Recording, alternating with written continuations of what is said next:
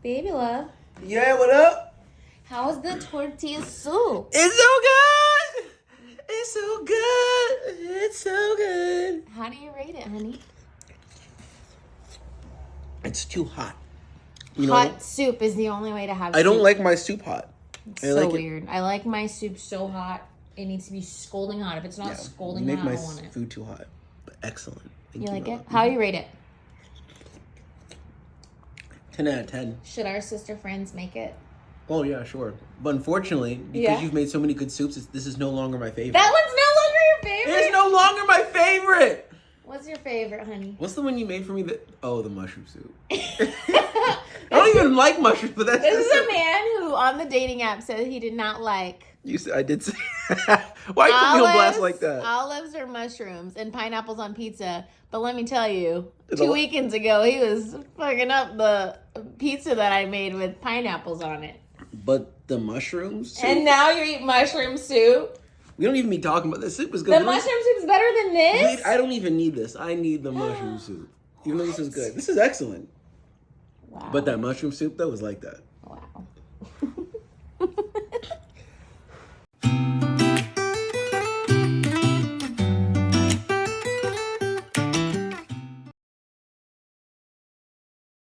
This is the best homemade tortilla soup that I have been making for years. It is my favorite. It has everything in it. So all you need is some carrots, some celery, some red peppers, an onion or two, a small head of cabbage, a couple of bulbs of garlic, a bundle of cilantro, zucchini and squash, jalapenos or your pepper of choice, and some fresh corn on the cob. Now, I have been soaking these black beans in cold water and apple cider vinegar for about 8 hours. And this is a pasture-raised chicken from the grocery store. We ran out of our farmer's market chicken midweek, so I had to use the grocery store one. And while I am peeling this garlic, I am cooking my mushrooms for 3 hours. Now, as you guys hang out with me for a while, you'll see that I always have some version of homemade broth in the fridge. This was some oxtail broth. When I make our oxtails, I usually just cook them in salt. Yes, I do know how to make them the Jamaican way, but I've noticed that my husband has food allergies with vegetables, and so I've just tried to really simplify our diet. Actually, we both had adverse reactions to going back to all these veggies, but anyway, nonetheless, I always have broth. I used some bone broth to put the chicken in and some oxtail broth. So whenever you cook your meats, just start making it a habit to refrigerate your broth or freeze it. That way you don't have to use the store-bought broth that has so many preservatives in it. Now, we love garlic. We love garlic so much, and onions. Ever since I did the carnivore diet, I have noticed that so much of my joint pain has been tied to a lot of vegetables and garlic and onions. So when I made this soup, I actually ended up freezing half of it, and we ate on it little by little. So anyway, lots of onions, lots of garlic to give it that really good flavor. So right now we're just focusing on the chunky part of the soup, which is in the broth. We're going to put in the chopped up onions, the chopped up garlic. If you wanted to, you could put up the chopped up peppers in there now if you wanted to, but you could also blend them. So I'm going to show you what I mean by that. If you wanted to add any jalapenos or bell peppers, you could also add that in the Instant Pot now. For me, I'm just doing garlic and onions for today. And I'm also adding in a little bit more water because I wanted it to be a little bit more brothier. And traditionally, I would slow cook my chicken the night before for about 8 hours. I would just push slow cook and it would cook for 8 hours. But since this was a last minute craving, I'm just quickly pushing pressure cook and cooking it for 45 minutes. Okay, so you might ask me, Sierra, can we just use store-bought canned corn? I'm telling you, there is nothing like fresh corn on the cob. There's nothing like it. So I'm going to go ahead and say no. Go ahead and get you some fresh corn on the cob, girl. I mean, this makes all the difference in your soup. So this is going to also be a chunky part of the soup. But listen, you don't want to put this in the Instant Pot with the chicken because it will make the corn kernels way too soft, in my opinion.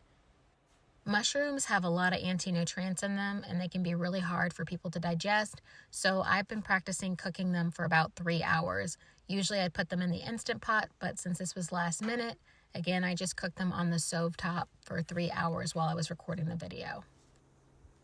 So we have the corn on the cob, which is going to be a chunky part of the soup. Now we have these red peppers, which make sure you always take the seeds out of your peppers.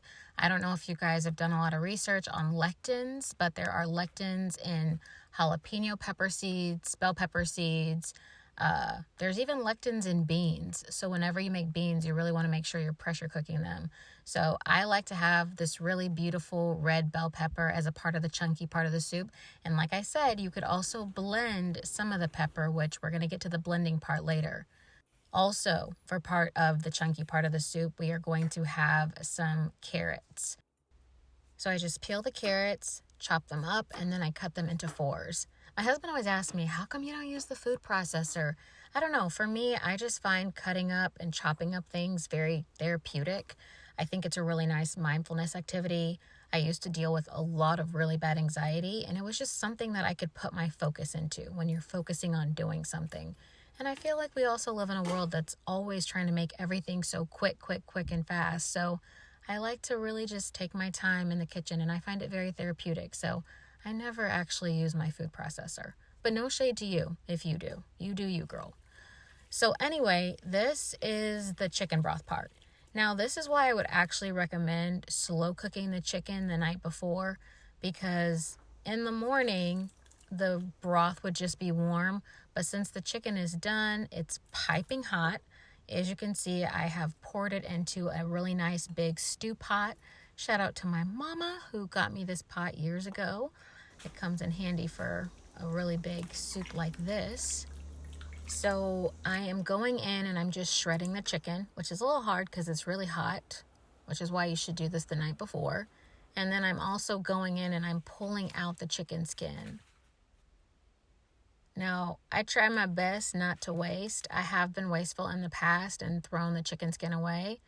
But through making so many chicken dishes, I was like, the skin is really good. Duh, why are we wasting it? So I actually just put the skin on some parchment paper and I slow cook it in the oven on about 200 degrees, and my husband loves it.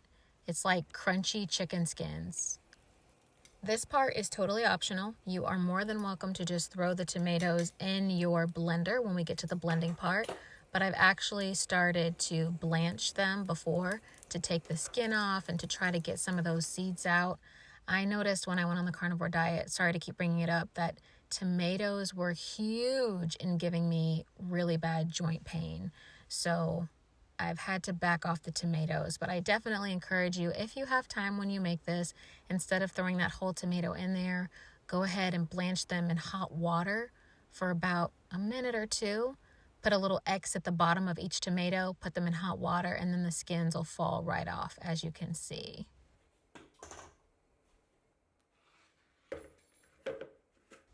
So I'm just pulling some of those seeds out, and we are getting ready to do our blending.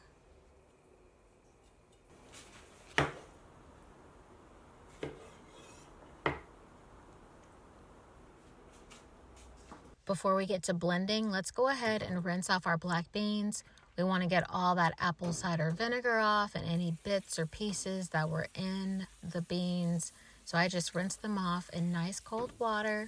Make sure you get all that ACV off. You don't want any of that ACV in your soup.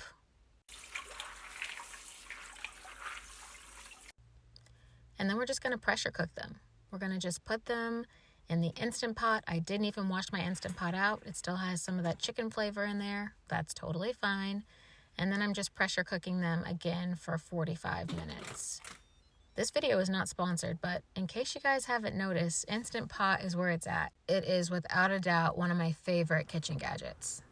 Instant Pot is one of my faves, but the star of the show for my kitchen is Vitamix, hands down. So we're going to go ahead and get to blending. We're going to add in all those veggies. You guys would never even guess when you taste this soup that all these veggies are in there. When I first made this for D, he was like, what?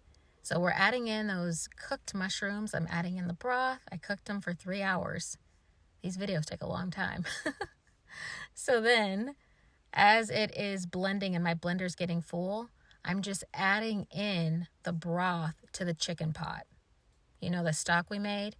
And I'm leaving a little bit of liquid in the Vitamix so that the other vegetables will get really nicely pureed.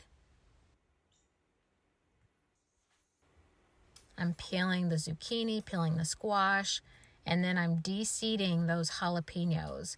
You know, you can also use habaneros, serrano peppers. I've used all kinds of peppers in the soup, and it doesn't even really make it spicy. It's just a nice little enhancement of flavor. Again, we're just de-seeding those jalapenos. We don't want lectins. Want to get those seeds out, inflammation. And then I'm just adding those vegetables into the Vitamix.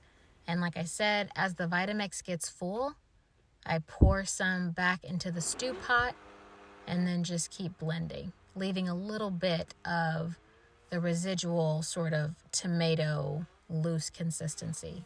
You can also feel free to add a little bit of water too.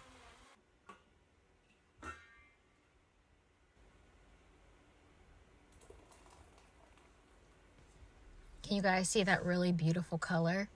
It's really coming together. Yes, we're adding more vegetables.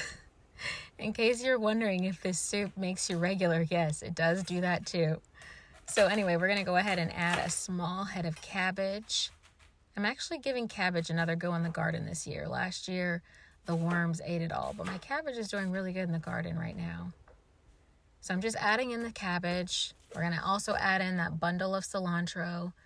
And I would say, I don't think you can taste the cilantro coming through the soup.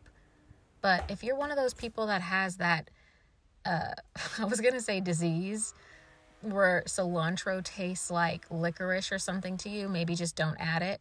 But I don't really feel like the cilantro comes through, but maybe if you have really potent taste buds, you could maybe potentially taste it. So if you don't like cilantro, just hold off on that. So as you can see, it's a little bit thick there, and you can add some more water to your pot if you want. For me, my pot got a little full. It always does. And you could add another onion and some more garlic to the blend too for more flavor. So now I'm just heating up that soup, cooking it on a nice medium heat, cooking all those veggies. We have our chicken and everything in there. And now we're going to strain the beans. My girlfriend made this dish and she said, "Sierra, my soup is black." She did not strain the beans. So make sure you strain the beans. And they're already nice and cooked. They're soft. So we're just going to add them into the boiling soup. And then I like to add in that chunky part last, the corn. I like the corn to have a nice, good texture. I don't like it to be too soft. So I add that in last. And as you guys can see, my soup pot is just so full. And I have not perfected my taco seasoning recipe yet. So you feel free to buy a clean version of taco seasoning, or you can make your own. But the measurements would be about 2 packages. If you were going to use store-bought taco seasoning, I would use 2 packages of taco seasoning. So I just took some of the soup out of the pot and I mixed that taco seasoning on the stove so it wouldn't clump in the soup. And then I'm adding in about a tablespoon of fresh cumin. You guys know I love grinding fresh herbs. It really gives your foods a really nice aromatic flavor. It's more potent. So I love grinding fresh herbs. And then I'm just adding in that taco seasoning back into the soup. And like I said, I took some of the soup out, put it on the stove in another pot so that the taco seasoning wouldn't clump in the soup.